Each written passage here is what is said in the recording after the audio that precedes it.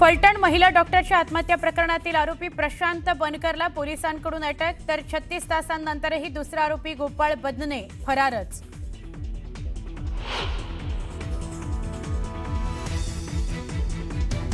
सगळ्या शासकीय कामात अभिजित निंबाळकर आणि आमदार सचिन कांबळेंचा हस्तक्षेप. महिला डॉक्टरच्या आत्महत्या प्रकरणावरून अंबादास दानवेंचा गंभीर आरोप, तर आरोपींवर कठोर कारवाईची रणजितसिंह नाईक निंबाळकरांची मागणी.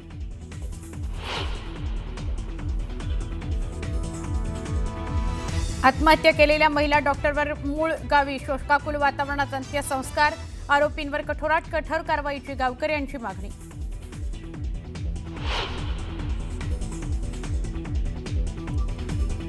केंद्रीय राज्यमंत्री मुरलीधर मोहोळ यांनी घेतली मुख्यमंत्री फडणवीसांची भेट. दोघांमध्ये तब्बल 40 मिनिटं चर्चा. सगळे बिल्डर मुरलीधर मोहोळांचे हस्तक.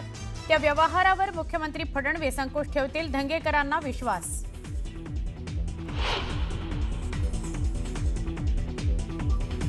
उपमुख्यमंत्री एकनाथ शिंदे काल रात्रीच नवी दिल्लीत दाखल.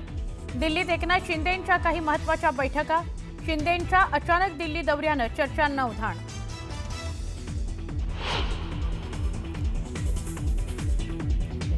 बीएमसीसाठी भाजपचं 150 प्लसचं टार्गेट. 150 जागांवर उमेदवार उतरवण्याचा भाजपचा प्रयत्न, तर शिवसेनेला 65 ते 75 जागा देण्याकरता अनुकूल असल्याची सूत्रांची माहिती.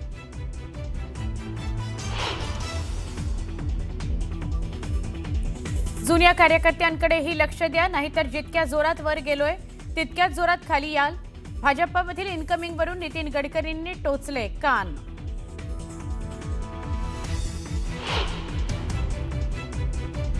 उपमुख्यमंत्री अजित पवार नांदेडच्या दौऱ्यावर. दौऱ्याच्या दिवशीच पक्षाला मात्र खिंडार. दिव्यांग सेलचे प्रदेश कार्याध्यक्ष रामदास सुमठणकर यांच्यासह 18 माजी नगरसेवक जाणार काँग्रेसमध्ये. नाशिक त्र्यंबकेश्वर रस्त्यावर सुरू असलेल्या MRDAच्या कारवाईला तात्पुरती स्थगिती. स्थानिक लोकप्रतिनिधींसह साधू महंतांनी घेतली मुख्यमंत्र्यांची भेट. भेटीनंतर स्थगितीचा निर्णय.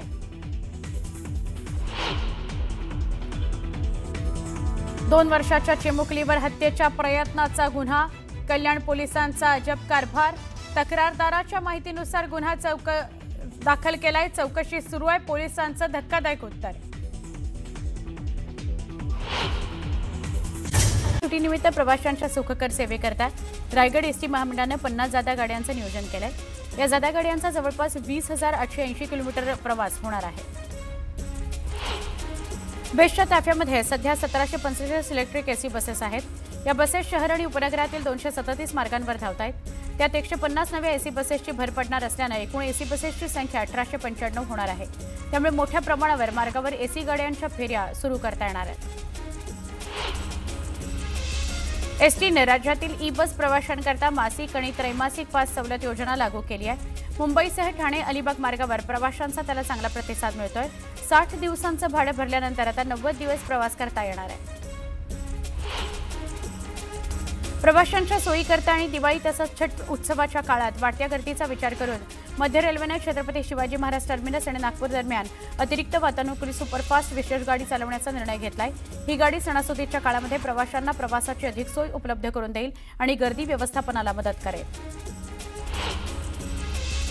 मध्य रेल्वेच्या मुंबई विभागामध्ये विविध अभियांत्रिकी आणि देखभालीच्या कामांकरता रविवारी मेगा ब्लॉक, तर पश्चिम रेल्वेवर शनिवारी रात्रकालीन ब्लॉक घेण्यात येणार आहे. मात्र पश्चिम रेल्वेवर रविवारी कोणताही ब्लॉक नसेल. मुंबई मेट्रो रेल कॉर्पोरेशननं आता प्रवाशांचा प्रवास अधिक सहज, वेगवान आणि स्मार्ट करण्याकरता मोठं पाऊल उचललंय. ॲक्वा लाईनवर प्रवाशांकरता व्हॉट्सॲपद्वारे तिकीट बुकिंगची सुविधा सुरू करण्यात आली आहे. आता फक्त मोबाईलवर हाय असा मेसेज पाठवा आणि काही सेकंदात मेट्रो तिकीट तयार असेल. ॲप आधारित टॅक्सी सेवेत ओला आणि उबरची मक्तेदारी मोडून काढण्याकरता केंद्र सरकारच्या सहकार विभागाच्या पुढाकारानं देशात लवकरच भारत टॅक्सी ही नवीन सेवा सुरू होत आहे. मल्टी स्टेट सहकारी टॅक्सी कोऑपरेटिव्ह लिमिटेड अंतर्गत ही सेवा चालवली जाईल, जी देशातली पहिली सहकारी टॅक्सी सेवा असेल.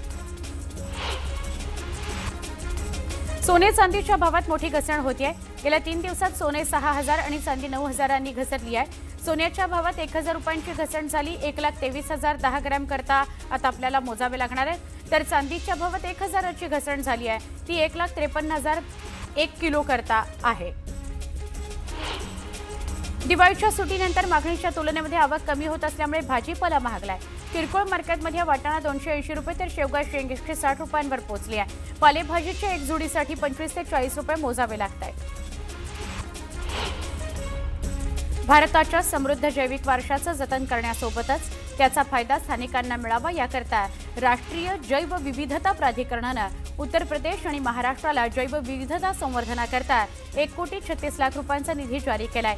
91 लाख रुपये महाराष्ट्रातील 2 गावांना मिळणार आहेत. राज्यातील अनेक भागात गुरुवारपासून पुन्हा पावसाला सुरुवात झाली आहे. राज्यात पुढील 3 ते 4 दिवस अनेक ठिकाणी हलक्या ते मध्यम स्वरूपाचा अंदाज आहे. या कालावधीमध्ये काही भागात वादळी वाऱ्यासह पावसाची शक्यता आहे. प्रामुख्याने विदर्भ, मराठवाडा आणि कोकणात पावसाचा अंदाज आहे. मुंबई मेट्रो रेल्वे प्रकल्पातील बोगदे आणि स्थानकांच्या डिझाईन आणि बांधकामाच्या करारातून निर्माण झालेल्या वादाप्रकरणी नवादानं दिलेल्या निर्णयाविरोधात हायकोर्टात धाव घेतलेल्या मुंबई मेट्रो रेल कॉर्पोरेशन लिमिटेडला दिलासा देण्यास न्यायालयानं नकार दिलाय. MMRCL विरुद्ध 250 कोटी रुपयांच्या लवादाच्या निर्णयाला स्थगिती देण्यास नकार देण्यात आलाय. विविध कामांनिमित्त चर खोदल्यानंतर रस्ता पूर्ववत केला जात नसल्याचं महापालिकेच्या निदर्शनास आलंय. त्यामुळे चर बुजवून रस्ता पूर्ववत करण्याचं काम स्वतःच करण्याचा निर्णय पालिकेनं घेतला आहे.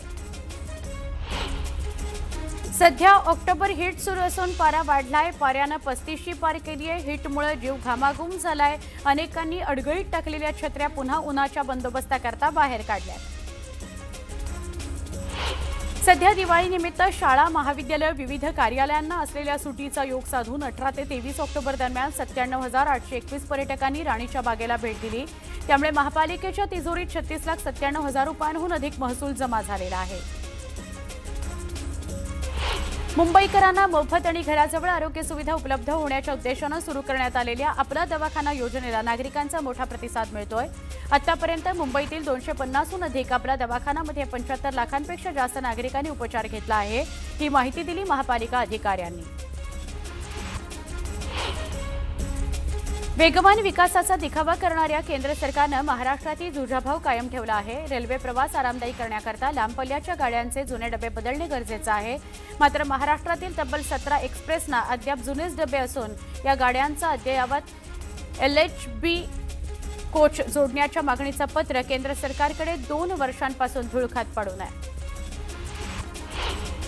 मुंबईत दिवाळीमध्ये 3 दिवसांमध्ये तब्बल 187 ठिकाणी आग लागल्याच्या घटना घडल्या. 20 ते 22 ऑक्टोबर या कालावधीमध्ये मुंबई अग्निशमन दलाकडे त्याबाबत नोंद झाली. या दुर्घटनांमध्ये 8 जणांचा मृत्यू झालाय तर फटाक्यांमुळे आगीच्या दुर्घटना तुलनेनं कमी झाल्याचं बघायला मिळालं. मुंबईत दररोज सरासरी 6,900 मेट्रिक टन कचऱ्याचं संकलन करून त्याची शास्त्रोक्त पद्धतीने विल्हेवाट महापालिकेच्या घनकचरा विभागाकडून लावली जाते. पण 18 ते 21 ऑक्टोबर या दिवाळीच्या कालावधीमध्ये अतिरिक्त 3,075 मेट्रिक टन कचऱ्याची भर पडल्यानं प्रतिदिन 7,300 मेट्रिक टन कचरा संकलित करण्यात आला. ऑक्टोबर महिन्यामध्ये मुंबईच्या हवेतील PM 2.5 आणि PM 10 या प्रदूषकांच्या दैनंदिन सरासरी पातळीमध्ये सर्वाधिक वाढ झाली आहे. जानेवारी ते ऑक्टोबर 2025 या कालावधीमध्ये यात सर्वाधिक वाढ ऑक्टोबर महिन्यामध्ये झाली आहे.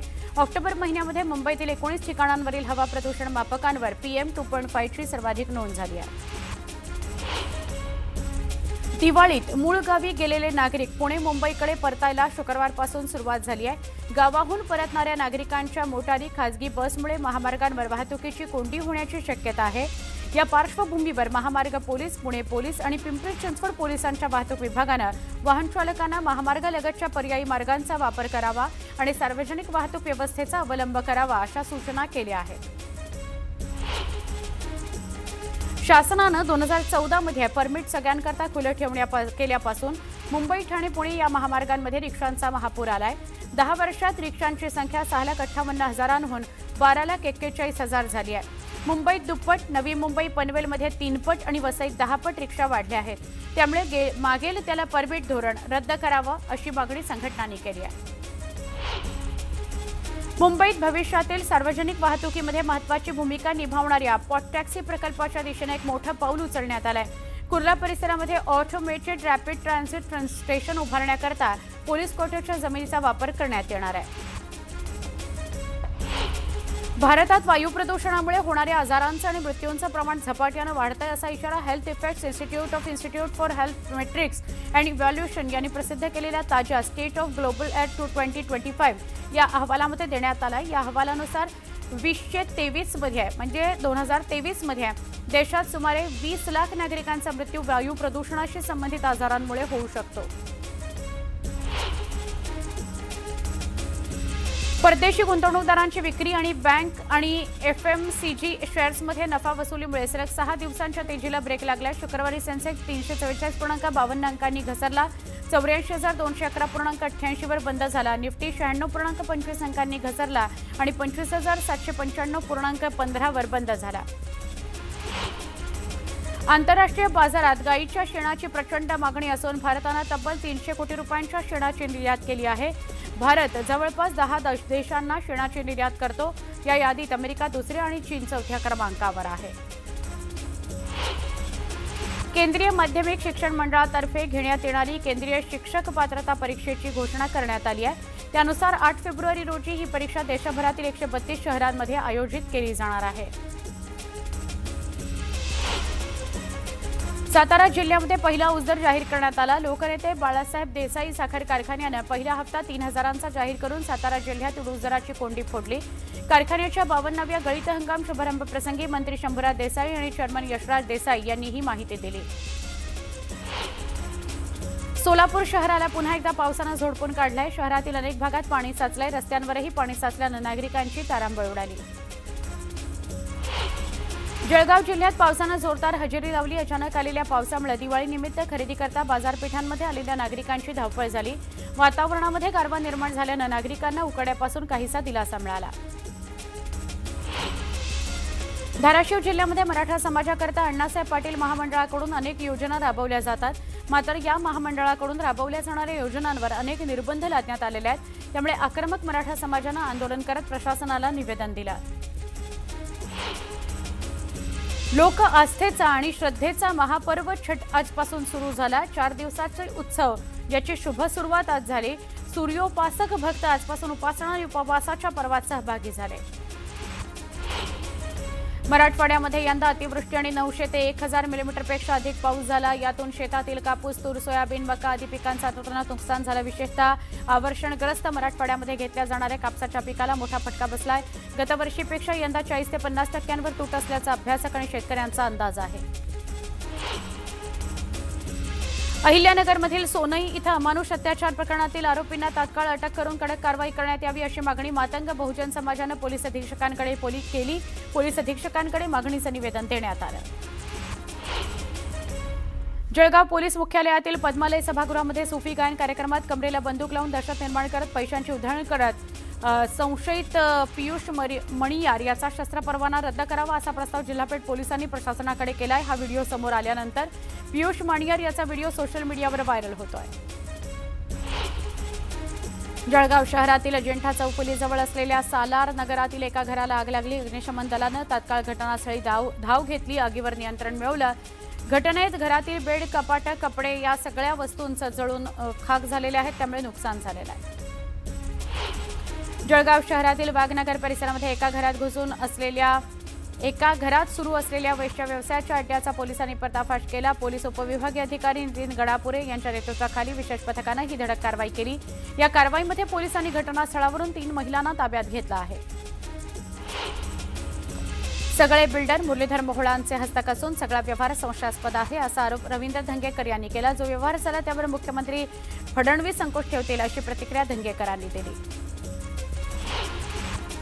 गडचिरोली जिल्ह्यात अतिदुर्गम असलेल्या माओवाद प्रभावित वांगेतुरी पोलीस ठाण्याच्या हद्दीत येणाऱ्या नागरिकांनी त्यांच्याकडे असलेल्या 26 नग भरमार बंदुका आणि 11 बंदुकीचं बॅरल पोलिसांच्या स्वाधीन केलं. शिकारीकरता तसंच वन्य प्राण्यांपासून संरक्षण करण्याकरता अनेकांकडे भरमार बंदुकाचा वापर होत असतो.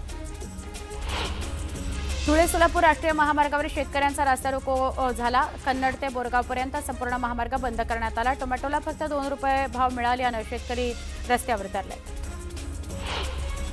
हवामान खात्याच्या अंदाजानुसार बुलढाणा जिल्ह्यातही पावसाची रिपरिप पाहायला मिळते। खामगाव, नांदुरा, शेगाव तालुक्यामध्ये पाऊस झालाय, त्यामुळे पिकांना धोका निर्माण झालाय। कन्नड शहराजवळ धुळे सोलापूर महामार्गावर शेतकऱ्यांनी रास्ता रोको केला। व्यापाऱ्यांनी ₹2 किलो टोमॅटो घेतल्यामुळे शेतकरी आक्रमक झाले। बाजार समितीचा निषेध करत शेतकऱ्यांनी महामार्ग अडवून धरला। मनमाड शहर आणि ग्रामीण भागात जोरदार अवकाळी पावसानं हजेरी लावली। मनमाड पाठोपाठ चांदवडला देखील दमदार पावसामुळे जनजीवन विस्कळीत झालं। या पावसाचा फटका कांदा मक्याला बसणार आहे, त्यामुळे शेतकरी चिंतात उर आहे। नांदेड शहरात जोरदार पाऊस झाला। शहरासह जिल्ह्यात काही ठिकाणी पावसानं हजेरी लावली। येत्या 28 तारखेपर्यंत हवामान खात्यानं नांदेड जिल्ह्याला पावसाचा येलो अलर्ट दिला आहे। मुंबईसह